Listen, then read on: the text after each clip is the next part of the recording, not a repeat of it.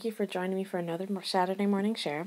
I know it's been a really long time since I've done a video, but life's just been so hectic and I haven't had a chance to do much crafting, which is kind of sad.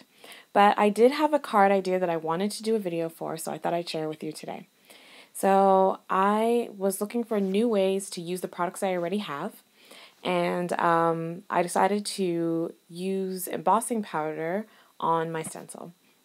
So what I'm doing now is I just tape my stencil and my paper down, and I'm using my Versamark ink, and I'm applying the ink directly onto my paper through my stencil.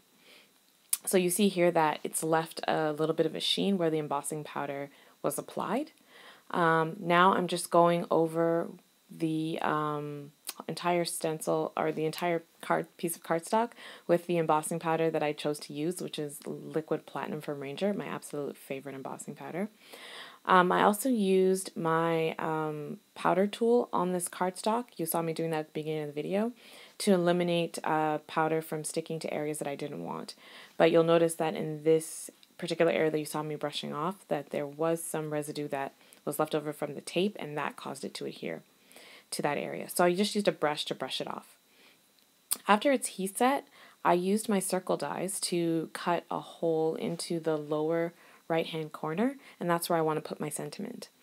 I used the Sparkle and Shine stamp set from Simon Says Stamp, and since I thought it was really appropriate, since this card has a lot of glitz and glam to it, and so I stamped that into the window that cutout creates.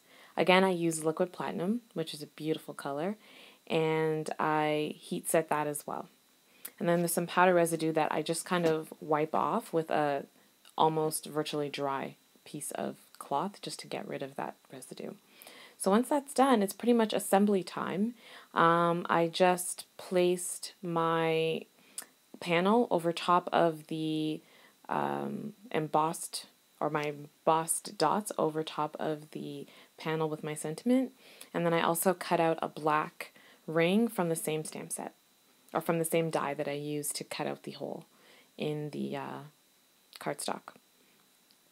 So once it's assembled, I put it onto some Basil or Simon Says Stamp cardstock. I'm not quite sure which one it is, sorry about that.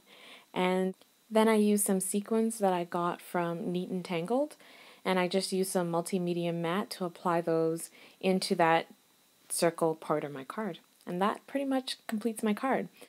And stay tuned, because this week I will have a giveaway for the 1-year anniversary of my channel. So see you then. Bye!